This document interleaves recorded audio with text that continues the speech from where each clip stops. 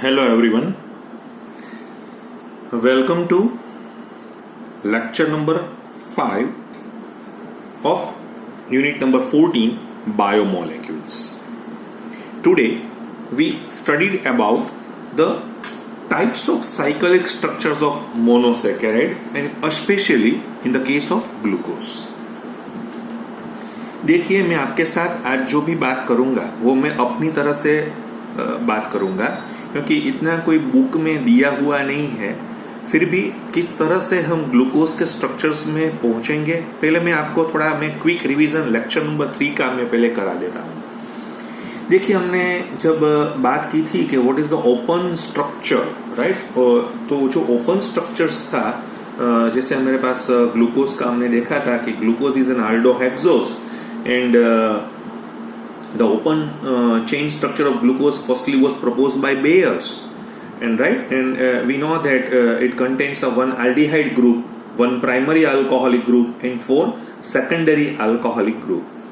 So the structure open chain structure of glucose was assigned on the basis of the some evidences. For example, first we prove the cyclic structure, straight chain. So straight chain which can be proved with the help of hydroiodic acid and we get a normal hexane. Same way, our compound must be carbonyl in nature because it reacts with a hydroxylamine, it's converted into glucose oxime. At the same time, it reacts with hydrogen cyanide 2 and converted into glucose cyanohydrine. So this reaction suggests that glucose contains a carbonyl group. Then after we move to the oxidations of glucose with a mild oxidizing agents like bromine water, and it's converted into gluconic acid having a same number of the 6 carbon atom. Okay, it suggests that carbonyl group present in glucose is an aldehyde group, and we know that aldehyde is a monovalent and it always present at the end of the carbon chain. Then we perform a test on acetylations with acetic anhydride on glucose gives a pentaacetate, and this test confirms that glucose contains 5 hydroxyl groups, right? And we know that the presence of 2 or more hydroxyl groups on the same carbon atom is not possible because they liberate water molecule and they are unstable in nature. That's why, but glucose is a stable compound. So it suggests that this 5 hydroxyl group must be present on the different carbon atoms. Then the presence of primary alcoholic group is determined with the help of nitric acid. So when D-glucose reacts with the nitric acid, so it's converted into saccharic acid. At the same time, gluconic acid also oxidizes with the help of HNO3 and it's converted into saccharic acid. So we know that this primary alcohol is present, and this primary alcohol is always present at the end of the carbon atom. So in nutshell, right, or from these discussions, it is evident that glucose has 1 aldehyde groups, 1 primary alcoholic groups and 4 secondary alcoholic groups. Emil Fischer, a German scientist in 1989, right, he was suggest that in the structure of glucose there is a D-similar 4 chiral carbon, and therefore it exists in a 16 stereoisomeric forms, and all these 16 isomeric forms are known and belongs to 8 groups of enantiomers, and the exact space arrangement of the different hydroxyl group which can be determined with the help of, determined by Emil Fischer, and he got a Nobel Prize in 1902. Okay, so regarding to the study about the glucose, he noted that the hydroxyl group at C3 chiral carbon is oriented towards to the left, while the remaining 3 hydroxyl group at C2, C4 and C5 carbon atoms. So this is the quick revision of our lecture number 3. Now we move to the lecture number 4. We know that the glucose is optically active compound. So it's an enantiomer of capital L glucose. So here the word is D and L configurations. And what is the meaning of D and L configurations? So there is no relations between dextrorotatory and levorotatory with capital D and L, because dextrorotatory and levorotatory is measured with the help of polarimeter or by means of practical means. But capital D and L is a is the configurations that can be assigned with the help of a reference molecule is a glyceraldehyde. So how to we arrange the glyceraldehyde? हमें glyceraldehyde का structures हमने देखा था, तो हमें मालूम है कि ग्लिसरॉल्डिहाइड के जो स्ट्रक्चर्स है वो हमें किस तरह से लिखना पड़ेगा. तो in the case of glyceraldehyde हमें क्या करना पड़ेगा, जो हाईली ऑक्सीडाइज्ड ग्रुप है उसको ऊपर रखेंगे, लोअर ऑक्सीडाइज्ड को नीचे रखेंगे और बीच में जो कीराल कार्बन आएगा. और जो कायरल कार्बन है तो हमने पेनल्टीमेट पोजीशंस की थी, यानी लास्ट से एक ऊपर हम आएंगे, जहां पे हमें कीराल कार्बन दिखाई देगा वहां पे हम OH का पोजीशंस देखेंगे. तो हमने देखा था कि in the D-glyceraldehyde, if the hydroxyl group at the last chiral atom lies towards to the right hand side, so it's called as an D configurations, while on the left hand side, so it's called as an L configurations. So ये जो D और L है वो OH से पता चल रहा है कि कायरल कार्बन के साथ जुड़े हुए OH की पोजीशंस राइट है या लेफ्ट है. यही उसका लिमिटेशंस भी हम बोल सकते हैं. क्यों लिमिटेशंस बोल सकते हैं? क्योंकि कैपिटल DL नॉमेनक्लेचर है जो इसका कॉन्फ़िगरेशंस है वो कार्बोहाइड्रेट के लिए ही चलता है. if your compound does not having a hydroxyl group, so we cannot denote D and L in this compound. जो कि बाद में तो प्रोटीन्स के एमिनो एसिड्स में भी हम DL नॉमेनक्लेचर्स का यूज करेंगे, वहां पे OH की बजाय हम NH2 के साथ बात करेंगे. लेकिन आज के दिन में भी कैपिटल DL नॉमेनक्लेचर है वो सिर्फ कार्बोहाइड्रेट्स और प्रोटीन्स तक ही सीमित है, आगे वो नहीं जा पा रहा है. क्योंकि अभी तो जो एब्सोल्यूट कॉन्फ़िगरेशन R और S, रेक्टस और सिनिस्टर का ही हम यूज कर रहे हैं. ठीक है, फिर से मैं आपको बार बार आपको बता रहा हूं कि कैपिटल DL जो कॉन्फ़िगरेशन है उसको स्मॉल DL के साथ कुछ भी रिलेशन नहीं है. If your compound is capital D glucose तो डेफिनेटली वो डेक्स्ट्रो भी हो सकता है, लीवो भी हो सकता है. हमें मालूम है, पोलरिमीटर ने बताया है कि वो डेक्स्ट्रो है. जैसे D फ्रुक्टोज है, कैपिटल D फ्रुक्टोज, वो कैपिटल D होने के बावजूद भी उसका जो पोलरिमीटर ने उसने लीवो रोटेटरी बताया हुआ है. आप कभी भी हमें स्मॉल d और स्मॉल l का पता नहीं चल सकता है. क्यों नहीं पता चल सकता है? क्योंकि वो पोलरिमीटर ही बता सकता है. ठीक है, तो ये तो मैंने कैपिटल DL के बारे में बात की. अभी हम मेन जगह पे आना चाहते हैं और वो है limitations of the open chain structure.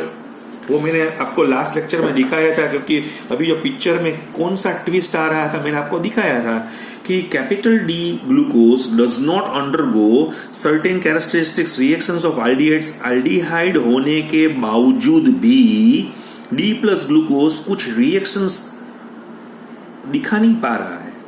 जैसे मैंने दिखा था कि ग्लूकोज है वो सोडियम बाइसल्फाइड के साथ एडिशन प्रोडक्ट नहीं दे पा रहा है, इवन दो हाइड्रोक्सिल एमाइन के साथ दे रहा है, लेकिन यहाँ क्यों नहीं दे पा रहा है उसका मेरे पास कोई जवाब नहीं है. अभी ग्लूकोज को 2,4-डाइनाइट्रोफिनाइल हाइड्रेजिन के साथ या ग्लूकोज अमोनिया के साथ कुछ और स्किफ बेस के साथ भी रिएक्शंस नहीं कर पा रहा है. Even though glucose having a carbonyl group, फिर भी एक के साथ कर रहा है, बाकी की कहीं के साथ नहीं कर रहा है. दूसरा, glucose reacts with hydroxyl amine. हमें मालूम है ना, ग्लूकोज है वो हाइड्रोक्सिल एमाइन के साथ रिएक्ट करके ऑक्सीजन दे पा रहा है, लेकिन वही ग्लूकोज का पेंटा एसीटेट है वो नहीं कर पा रहा है. इसका मतलब क्या हुआ कि in glucose penta acetate there is a absence of CHO. ये मेरा लास्ट लेक्चर का मैं आपको रिवाइज करवा रहा हूं. ठीक है, कोई बात नहीं. फिर तो एक और हमें दिक्कत आ रही थी कि D plus glucose exist in 2 stereo isomeric forms, alpha D glucose and beta D glucose के बारे में हमने बात की थी. मैंने आपको बोला था कि जैसे मेरे पास ग्लूकोज का पाउडर है, तो ग्लूकोज के पाउडर में दोनों होते हैं, अल्फा D ग्लूकोज भी होते हैं और बीटा D ग्लूकोज भी होता है. वो लेकिन उसका मिक्सचर होता है, वो क्वाइट स्टेबल है. लेकिन वो जो पाउडर को जैसे मैं एक्वियस सॉल्यूशंस में डालूंगा या मैं अल्कोहल में उसको कॉन्सेंट्रेटेड एक्वियस सॉल्यूशन या अल्कोहल में उसका सॉल्यूशन बनाऊंगा और उसका 303 केल्विन के आसपास में उसका क्रिस्टलाइज करूंगा, तो मुझे अल्फा D प्लस ग्लूकोज मिल जाएगा, बीटा D प्लस ग्लूकोज नहीं मिलेगा. अल्फा D प्लस ग्लूकोज का जो मेल्टिंग पॉइंट है वो 419 केल्विन था और उसका स्पेसिफिक रोटेशन फ्रेशली प्रिपेयर्ड, जैसे उसका मैंने वो जो था उसका मैंने फ्रेशली प्रिपेयर्ड सॉल्यूशंस बनाया और पोलरिमीटर में मैंने डाला तो उसका मुझे 111 डिग्री प्लस मिल रहा है. सेम वे जो बीटा डी ग्लूकोज जो मेरे पाउडर था मेरे पास, तो बीटा डी ग्लूकोज का मैंने पानी में ही क्रिस्टलाइज किया हुआ है, लेकिन वो 303 केल्विन के बजाय मैंने 371 केल्विन पे उसका क्रिस्टलाइज किया, तो मुझे बीटा डी प्लस ग्लूकोज मिल रहा है। उसका मेल्टिंग पॉइंट है 423 केल्विन है, और उसका specific rotation freshly prepared aqueous solutions में 19.2 मुझे मिल रहा है। ये तो क्या होता है, कहानी में ट्विस्ट पे ट्विस्ट ही आ रहे हैं। क्यों आ रहे हैं वो तो हम 1 या 2 लेक्चर्स में हमें पता चल जाएगा, ठीक है। दूसरा क्या है कि मुझे मालूम है कि both alpha D plus glucose and beta D plus glucose undergo mutarotation in aqueous solutions. क्या हुआ कि जैसे मेरे पास जो पहले मैंने अल्फा डी प्लस ग्लूकोज था, मैंने उसका फ्रेशली प्रिपेयर्ड एक्वियस सॉल्यूशन बनाया तो वो 111 पे चला गया, फिर वो डिक्रीज होते होते होते 52.5 पे चला गया। सेम वे जो बीटा डी प्लस ग्लूकोज का मैंने freshly prepared solution aqueous solution बनाया था, तभी मैंने पोलरीमीटर में देखा था तो वो 19.2 दिखा रहा था, लेकिन धीमे धीमे वो इंक्रीज होके वो 52.5 पे चला गया। आपको पता चला वो जो इक्विलिब्रियम मिक्सचर की तरफ चला जा रहा है, यानी जो सॉलिड फॉर्म में होता है तो आइदर और फॉर्म में होता है, लेकिन उसका जैसे एक्वियस सॉल्यूशन दिखा रहे हैं तो वो दोनों फॉर्म उसमें हमें दिखाई दे रहे हैं, जिसमें से ये 36% है और ये 64% है। तो मैंने बोला था कि this spontaneous changes in specific rotations of an optically active compound with time to an equilibrium value is called as a muta rotation। उसको ही हम क्या बोलेंगे, म्यूटा रोटेशन बोलेंगे, ठीक है। ये म्यूटा रोटेशन है ना, इसकी बढ़िया कैरेक्टरिस्टिक्स है, किसकी, ग्लूकोज की भी है, ठीक है। और एक कहानी में ट्विस्ट आ रहा है, D plus glucose forms 2 isomeric methyl glucosides. देखिए हमें मालूम है कि एल्डिहाइड है वो 2 मोल, जैसे 1 मोल ऑफ एल्डिहाइड है वो 2 मोल ऑफ इथेनॉल के साथ रिएक्ट कर पा रहा है, ठीक है। So which is converted into acetyl compound, but our D plus glucose है when treated with a methanol in presence of dry HCl, so reacts only 1 mole of methanol per mole of glucose to form a mixture of 2 methyl D plus glucoside। For example, this is methyl alpha D glucoside and methyl beta D glucoside उसने बनाया हुआ है, उसका भी specific रेट्रेशंस आ रहा है। तो ये जो 2 मिथाइल डी ग्लूकोज मुझे मिल रहा है वो फुल एसिटाइल फॉर्म में मुझे मिल रहा है। जैसे मुझे लाइक एसिटाइल, ये भी मिथाइल ग्लूकोसाइड्स है, वो भी अंडर एनहाइड्रस कंडीशंस में मुझे मिलेंगे, उसका भी मैं हाइड्रोलिसिस कराऊंगा तो बैक टू ग्लूकोज आ जाएगा। लेकिन यहाँ पे एक दिक्कत क्या है कि ये जो methyl alpha and beta D glucoside मुझे मिला हुआ है वो टॉलेंस भी नहीं दे पा रहा है, फेलिंग भी नहीं दे पा रहा है, हाइड्रोजन साइनेट भी नहीं दे पा रहा है, और NH2OH के साथ भी रिएक्शंस नहीं करवा पा रहा है। सिर्फ इसका मतलब ये है कि इसमें एल्डिहाइड ग्रुप ही नहीं है, किसमें, इसमें नहीं है। ये तो बहुत दिक्कत वाली बात हो रही है कि हमें यहाँ पे दिखाई दे रहा है CHO, फिर भी ये कि क्यों CHO के साथ प्रोसेस नहीं कर पा रहा है। उसका जवाब हम मैंने अभी 13 मिनट तक मैंने आपका रिविजन्स का ही जो प्रोसेस है वो मैंने किया हुआ है। मैं अब इस तरह से क्यों मैं ऐसा कर रहा हूँ, 2 वजह से कर रहा हूँ। एक तो जो बच्चे B ग्रुप में अभी पढ़ रहे हैं, ठीक है, तो वो जो B ग्रुप के जो बच्चे हैं उसने जो बायोलॉजी पढ़ा हुआ है वो अपनी तरह से पढ़ा हुआ है, ठीक है। मैं अभी आपका केमिस्ट्री का एक अलग एंगल लेके मैं आपके पास यहाँ पे आना चाहता हूँ। आज का लेक्चर है ना वो पूरा मेरा ही एक लेक्चर्स मैंने अपनी तरह से ही कुछ यहाँ पे दिया हुआ है। अभी हम यहाँ पे ट्राई इसलिए कर रहे हैं, देखिए मैं आपको क्या बता रहा हूँ, आप देखिए हमें ओपन चेन स्ट्रक्चर से, जैसे हम बात कर रहे हैं ओपन चेन स्ट्रक्चर्स का जो लिमिटेशंस है, ये तो अभी हमने देखा था वो लिमिटेशंस है, ठीक है, इसमें लिमिटेशंस है। तो वो लिमिटेशंस को हम कैसे रूल आउट कर सकते हैं, तो इट वाज सजेस्टेड, तो हम क्या करेंगे कि जो भी हमारे पास मोनोसैकेराइड्स है, मोनोसैकेराइड्स है, ठीक है, तो उसके पास फ्री CHO या CO नहीं है, ऐसा हम सोचेंगे। ये भी सोचना गलत होगा क्योंकि हमने ब्रोमीन वाटर के साथ रिएक्शन करवाया था तो ये CHO वाला बंदा है वो COOH में कन्वर्ट हो गया था, ठीक है। लेकिन अभी आज हम जो घुमाव कर रहे हैं वो ऐसा कुछ सोच रहे हैं कि the monosaccharides do not have a free aldehyde or a ketonic group, but instead of, लेकिन तो फिर क्या है वो, तो कि हम ऐसा सोच रहे हैं कि वो साइक्लिक हेमी एसिटाल बना रहा है या वो साइक्लिक हेमी कीटाल स्ट्रक्चर्स में चला जा रहा है। यानी हम ऐसा कुछ सोच रहे हैं कि हमारे जो मोनोसैकेराइड्स है उसमें एल्डिहाइड ग्रुप और कीटोन ग्रुप फ्री नहीं है, लेकिन वो कुछ एल्डिहाइड है, वो उसके स्ट्रक्चर में आने वाले OH के साथ ही इनर वो इंटरेक्शंस करके हेमी एसिटाल या हेमी कीटाल कंपाउंड्स बना रहा है। आपको समझ में नहीं आ रहा है, ठीक है, अभी मैं समझा रहा हूं। देखिए आप मैं स्टार्ट कर रहा हूं। फर्स्ट स्ट्रक्चर है, देखिए आप, C डबल बॉन्ड OH। आज का जो पूरा लेक्चर्स है वो मैं अपनी तरह से समझाना चाहता हूं ताकि आपको अच्छी तरह से समझ में आ जाए। ये जो आप स्ट्रक्चर्स अभी आप फर्स्ट वन जो स्ट्रक्चर्स आप यहाँ पे देख रहे हैं, आपको पता होगा कि ये कुछ नहीं है, ये डी ग्लिसरॉल्डिहाइड का स्ट्रक्चर है। देखिए डी ग्लिसरॉल्डिहाइड का। अभी हमें ये देखना है कि ये लोग ऐसा कुछ बता रहे हैं कि इसमें फ्री CHO नहीं है। क्यों नहीं है? देखिए ये डेल्टा माइनस है, डेल्टा प्लस है, ठीक है। यहां मैं बाहर से अल्कोहल नहीं ला रहा हूं, मैं यहां से, देखिए ये यहां पे OH है, यहां पे भी माइनस और प्लस है, तो यही इसके साथ जुड़ जाए, ऐसा कुछ नहीं हो सकता। मैं ऐसा बोल रहा हूं, ये पाई बॉन्ड है, यहाँ पे शिफ्ट हो रहे हैं, यानी ये H प्लस यहाँ पे जुड़ रहा है और इसका साइकिल बन रहा है, तो कुछ मुझे इस तरह से नहीं दिखाई देगा। देखिए HC है, ये O है, ये H है ना, यहाँ से आ गया, देखिए यहाँ पे क्या है, C है या H है, ठीक है, यहाँ पे तो CH2OH है, और ये जो है वो ऑक्सीजन के साथ इसका साइकिल बना रहा है, यानी ये साइक्लिक हेमी एसिटाल कंपाउंड बना रहा है। आपको समझ में आ रहा है मैं क्या बोल रहा हूँ? देखिए मैं धीरे धीरे आपको एक पॉइंट पे ले जाना चाहता हूँ। तो कुछ इसका जो स्ट्रक्चर है वो हम देखेंगे तो कुछ इस तरह से नहीं हो पाएगा। देखिए आप, कुछ ऐसा होना चाहिए ना, C और C। देखिए ये सपोज कि मेरा फर्स्ट नंबर कार्बन है और ये मेरा सेकंड नंबर कार्बन, तो फर्स्ट और सेकंड के बीच में ही O है, ठीक है, ओके। फर्स्ट नंबर के साथ क्या जुड़ा हुआ है, H और OH है, ठीक है। दूसरे के साथ क्या जुड़ा हुआ है, H और CH2OH है। तो ऐसा साइक्लिक स्ट्रक्चर होना चाहिए। आज जो भी है ना वो प्रोबेबिलिटी की वजह से मैं बात कर रहा हूं, लेकिन ये हो नहीं पा रहा है। क्यों नहीं पा रहा है? क्योंकि इसमें बॉन्ड एंगल आप देखिए, वो 60 का बॉन्ड एंगल होगा। बॉन्ड एंगल में बहुत ज्यादा स्ट्रेस आ रहा है, इतना ज्यादा स्ट्रेस आ रहा है कि उसका जो मैं साइक्लिक वर्जन देखना चाहता हूं वो नहीं हो सकता है।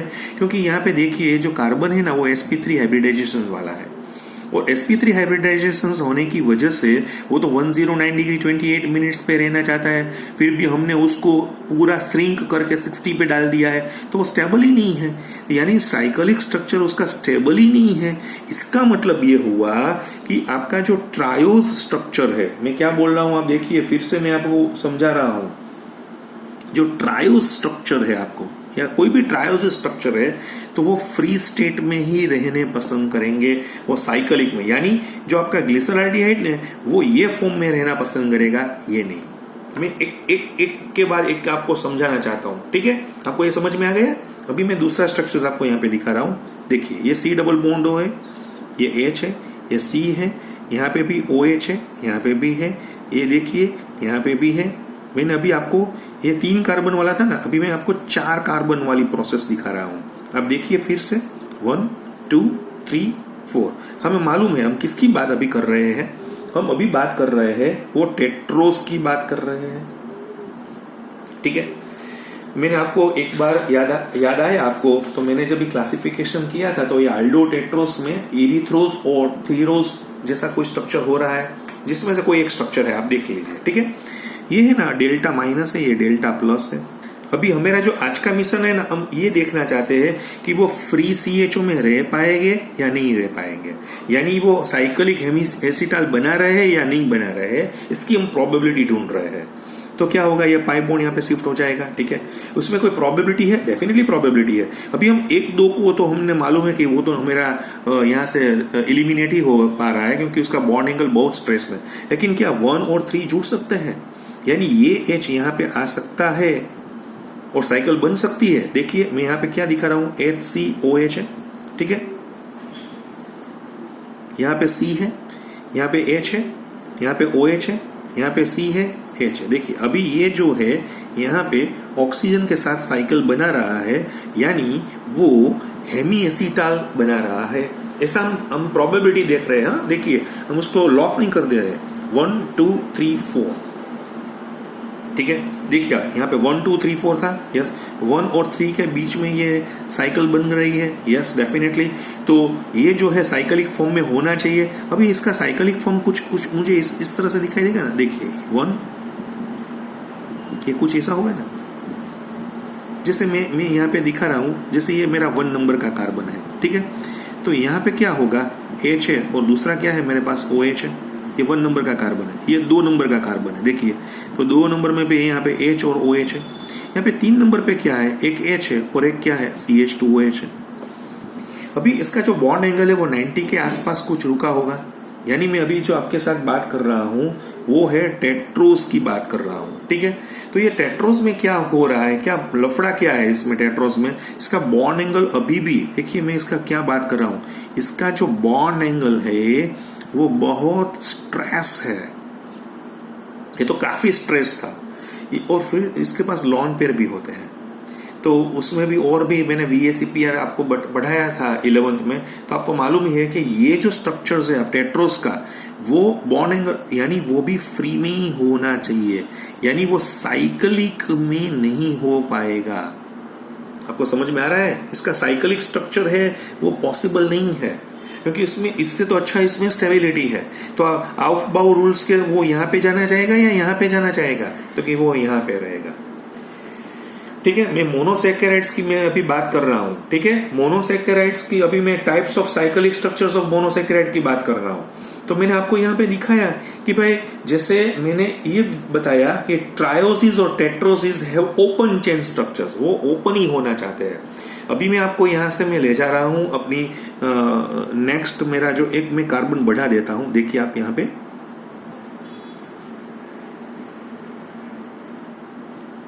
1 2 3 4 और ये है 5वां CH2OH। फिर से हम दिखा रहे हैं 1 2 3 4 5। अभी मैं किसकी बात कर रहा हूँ, मैं यहाँ मैं किसकी बात कर रहा हूँ, पेंटोस की बात कर रहा हूँ, ठीक है। ये देखिए सपोज कि ये स्ट्रक्चर है, मैं तो आपको समझाना, ये रिबोस का स्ट्रक्चर है। देखिए कोई बात नहीं, हमें तो मालूम है, अपना स्टोरी शुरू करेंगे, डेल्टा प्लस डेल्टा माइनस का है। तो वो क्या है कि वो साइक्लिक हेमी एसीटाल बना पा रहा है, तो वो यहाँ तो हमने ना ही बोला था, क्योंकि 1 और 2 के बीच में तो बहुत बॉन्ड एंगल का स्ट्रेस लग रहा है, 1 और 3 के बीच में भी यही प्रॉब्लम है। अभी हमारी प्रोबेबिलिटी है 1 और 4 के बीच में, यानी ये जो पाई बॉन्ड यहाँ पे शिफ्ट हो जाएगा उसी वक्त ये यहाँ से आना चाहता है। तो ये स्ट्रक्चर कुछ हमें इस तरह से दिखाई देगा ना, ये जो मैंने अभी दिखाया ना, वो फिशर प्रोजेक्शंस की वजह से मैं दिखा रहा हूँ। फिशर ने इस तरह से दिखाया हुआ था, ठीक है, ओके फाइन। तो यहाँ पे मैं HCOH कुछ ऐसा हो गया। देखिए यहाँ पे भी क्या है, यहाँ तो HCOH है, पहले से ही था। यहाँ पे भी आप देखिए कि क्या है, HCOH ही था। यहाँ पे क्या है, देखिए यहाँ पे CH2OH है। और ये अभी ये जो है ऑक्सीजन का साइकिल उसने यहाँ पे बनाया हुआ है, 1 2 3 4 5 कुछ ऐसा है। तो ये क्या अच्छा हो सकता है, हमें देखना चाहिए। देखिए मैं आपको यहाँ पे कुछ स्ट्रक्चर है वो कुछ इस तरह से दिखाया हुआ है। देखिए 1 और 4, देखिए ये 1 नंबर वाला है, ये 2 नंबर वाला कार्बन है, ये 3 नंबर वाला कार्बन है, ये 4 नंबर वाला कार्बन है। 1 नंबर के कार्बन पे H और OH है, 2 नंबर के कार्बन में भी H और OH है, 3 नंबर के कार्बन में भी H और OH है, 4 नंबर के कार्बन में आप देखिए यहाँ पे CH2OH है और यहाँ पे H। देखिए आप, there is a cycle between 1 and 4। ये साइक्लिक एसीटाल बना रहा है। बॉन्ड एंगल भी क्या है, तो थोड़ा बॉन्ड एंगल है ना, उसका स्ट्रेस कम हो रहा है। यहाँ पे एक तरह से आप सोचिए तो यहाँ पे बॉन्ड एंगल है ना, वो अच्छी तरह से देखेंगे 72 और 108 दोनों बॉन्ड एंगल आपको दिखाई दे रहे हैं। यानी यहाँ पे मैं आपको ये बताना चाहता हूँ कि जो बॉन्ड एंगल का जो स्ट्रेस था वो कम हो पा रहा है, यानी ये स्टेबल की तरफ बढ़ रहा है। फिर भी हमें तो देखना है कि ये स्टेबल है कि नहीं। तो मैं आपको देखिए, मैंने जब भी आप 11th में हम ह्यूकेल्स रूल पढ़ रहे थे तभी मैंने एक स्ट्रक्चर्स आपको दिखाया हुआ था, और ये जो स्ट्रक्चर्स है, वो जो स्ट्रक्चर्स आप देख रहे हैं वो फ्यूरान का था। फ्यूरान स्टेबल है, अरे बहुत अच्छी तरह से स्टेबल है, लेकिन फ्यूरान की स्टेबल होने की वजह दूसरी है। फ्यूरान है वो साइक्लिक है, यस हेट्रोसाइक्लिक है क्योंकि इसमें हेट्रो एटम है, फिर उसमें एरोमेटिक कैरेक्टरिस्टिक्स भी है, फुल कॉन्जुगेशंस है, पूरी सिस्टम पे कॉन्जुगेशंस लगा हुआ है, तो इसकी स्टेबिलिटी बढ़ रही है। यानी ये जो स्ट्रक्चर है ना वो फ्यूरान टाइप की शेप में चला जा रहा है, ठीक है। तो साइंटिस्ट लोग, जैसे एक साइंटिस्ट था उसका नाम था हावर्थ, ये जो आज मैं समझा रहा हूं ना वो 1925 में हावर्थ ने समझाया था, मेरी कोई भी बुक में नहीं है, राइट। लेकिन जैसे हम सोलोमन और फ्रायल की बहुत बढ़िया बुक है, मॉरिसन एंड बर्ड की ऑर्गेनिक केमिस्ट्री की, जैसे जो लोग आगे बढ़ते रहे मास्टर ऑफ साइंस में चले जा रहे हैं तो वहां पे ये कॉन्सेप्ट समझाया हुआ था। तो मैंने आज थोड़ी हिम्मत की है कि आप भी बढ़िया ही स्टूडेंट्स हो, तो मैं आपके साथ इस तरह से कुछ बात करूं, कुछ इस तरह से आपके साथ शेयर करूं कि ताकि आपको ये समझ में आ जाए। जो बायोलॉजी वाले बच्चे हैं ना उसको भी आज ही समझ में आया होगा कि क्यों इस तरह से हम साइकिल में उसको रख रहे हैं। तो इसका मतलब ये हुआ कि जो इस टाइप से यहाँ पे जा रहे हैं, राइट, जैसे मोनोसेकेराइड्स मेरे पास है, पेंटोज है। अच्छा, एक स्टूडेंट्स तो मुझे ऐसा भी क्वेश्चंस पूछा हुआ है, देखिए स्टूडेंट्स के क्वेश्चंस किस तरह से आते हैं ना, मैं उसके साथ भी आपके साथ मैं शेयर करूंगा। तो ये जो स्टाइल का जो स्ट्रक्चर्स होता है उसको हम क्या बोलते हैं, देखिए उसको हम बोलेंगे फ्यूरेनो स्ट्रक्चर, फ्यूरेनोस फॉर्म भी हम बोलेंगे। तो यहाँ पे कौन कौन कंपाउंड्स रहना चाहेंगे, तो कि कंपाउंड है जैसे मेरे पास है रिबोज है, जैसे मैंने अभी दिखाया हुआ था, रिबोज है, जैसे मेरे पास फ्रुक्टोज है, ठीक है, मेरे पास डीऑक्सी रिबोज है, वो तो हमें मालूम है, डीऑक्सी और 2-डीऑक्सी रिबोज है। तो ये जो कंपाउंड है वो कुछ इस तरह से यहाँ पे जुड़ सकते हैं। अभी भी मैं अभी नेक्स्ट प्रोसेस में चला जा रहा हूँ। अभी मैं पेंटोज में से कहाँ चला जा रहा हूँ, हेक्सोज में जा रहा हूँ। देखिए आप HC डबल बॉन्ड हो गए, यहाँ पे H है, COH है, ठीक है, यहाँ पे भी HCOH है, यहाँ पे भी HCOH है, 1 2 3 4, ये पांचवा वाला यहाँ पे आ रहा है और ये छठा वाला है CH2OH, ठीक है। अब फिर से देखिए, मैं नंबर यहाँ पे दिखा देता हूँ 1 2 3 4 5 6। अभी मैं यहाँ पे हेक्सोज मोनोसेकेराइड की बात कर रहा हूँ, ठीक है। इसमें कई एग्जांपल्स है, हमें मालूम है इसके 16 आइसोमर्स होते हैं, जिसमें से एक ग्लूकोज है, एक गैलेक्टोज है, मेनोज है, रिनोज है। मैंने आपको बोला था 8 9 मैंने डिफरेंट बोला था। अभी हमेरा तो ये प्रॉब्लम नहीं है, अभी ये डेल्टा माइनस है, ये डेल्टा प्लस है, ओके। अभी क्या होगा, पाई यहाँ से शिफ्ट हो जाएगा, ठीक है। तो यहाँ से अभी तो मैंने 1 और 4 का, अभी 1 और 5 के बीच में भी यहाँ पे हो सकता है ना, तो ये H यहाँ पे चला जाएगा, देखिए ये H यहाँ पे चला जाएगा और इसके बीच में साइकिल हो जाएगा। तो ये कुछ इस तरह से हो पा रहा है, देखिए 1 2 3 4 5 और 6, ठीक है। यहाँ पे तो HCOH है ही, यहाँ पे भी HCOH है ही, यहाँ पे भी HCOH है ही। यहाँ पे आप देखिए एक साइकिल बन रही है, किसके बीच में बन रही है, देखिए फिर से 1 2 3 4 5 6। So there is a cycle between 1 and 6। तो ये कुछ स्ट्रक्चर इस तरह से नहीं दिखाई देगा आपको, देखिए आप देखिए ये वाला नंबर 1 है, ये 2 है, ये 3 है, ये 4 है, ये 5 है। अभी 6 में भी यहाँ पे आपको बता रहा हूँ, देखिए 1 2 3 4 5 6। पहले नंबर पे क्या है, H और OH है, दूसरे में भी H और OH है, तीसरे में भी H और OH है, चौथे में भी H और OH है, पांचवें में क्या है, CH2OH है, छठा नंबर मैंने यहाँ पे लगाया हुआ है, ठीक है। तो ये साइकिल बन गई यहाँ पे। तो इसको हम क्या बोलेंगे, तो कि एक कंपाउंड, मैंने आपको हेट्रोसाइक्लिक कंपाउंड्स जैसे हमने पढ़ा हुआ था, Huckel's rule, aromatic, non aromatic, anti aromatic जैसा एक बढ़िया पॉइंट हमने 2 घंटे तक लिया हुआ था, ठीक है। तो मैंने वहां पे आपको दिखाया था कि ये पायरान स्ट्रक्चर है, ये पायरान स्ट्रक्चर है, हेट्रोसाइक्लिक कंपाउंड है, साइक्लिक कंपाउंड है, बहुत स्टेबल है, बढ़िया स्टेबल है, is due to aromatic behaviour too. तो ये कुछ इस तरह से ही दिख रहा है ना, तो इसलिए हम क्या बोल रहे हैं कि ये जो फॉर्म हमें यहाँ पे दिखाई दे रहा है वो पायरेनोस फॉर्म है, पायरेनोस फॉर्म यहाँ पे दिखाई दे रहा है। ये जो, तो पायरेनोस फॉर्म में कौन आ रहा है, क्योंकि ज्यादातर ये पेंटोज वाले भी पायरेनोस फॉर्म बना सकते हो, देखिए पेंटोज वाले भी है ना, ये 1 और 6 के साथ जुड़ के ये पायरेनोस पे जा सकते हैं, और ये हेक्सोज वाले बंदे हैं जो भी है वो तो पायरेनोस बनाएंगी, ठीक है। जैसे मैं ग्लूकोज का स्ट्रक्चर्स आपको दिखाना चाहता हूँ, जैसे मेरे पास ग्लूकोज है, गैलेक्टोज है, फ्रुक्टोज में तो यहाँ पे यही स्ट्रक्चर्स मुझे यहाँ पे मिलेगा, लेकिन ये मेरा जो प्रॉब्लम है, हमें जो देखना है वो इस तरह से जाना पड़ेगा। तो आज हमने क्या यहाँ पे हम समझ रहे हैं, देखिए कि monosaccharides contains a number of hydroxyl group. यहाँ पे जो भी मैंने बताए थे, ठीक है, तो also they having aldehyde and ketone group. So any of the hydroxyl group, जैसे अल्डोहेक्सोस में 4 या 5 नंबर वाले और कीटोहेक्सोस में 5 या 6 नंबर वाले जो है वो कंबाइन हो जाएंगे एल्डिहाइड और कीटोन के साथ, और वो इंटरमोलेक्युलर हेमी एसिटाल या हेमी कीटाल बनाएंगे। तो उसका रिजल्ट्स क्या होगा?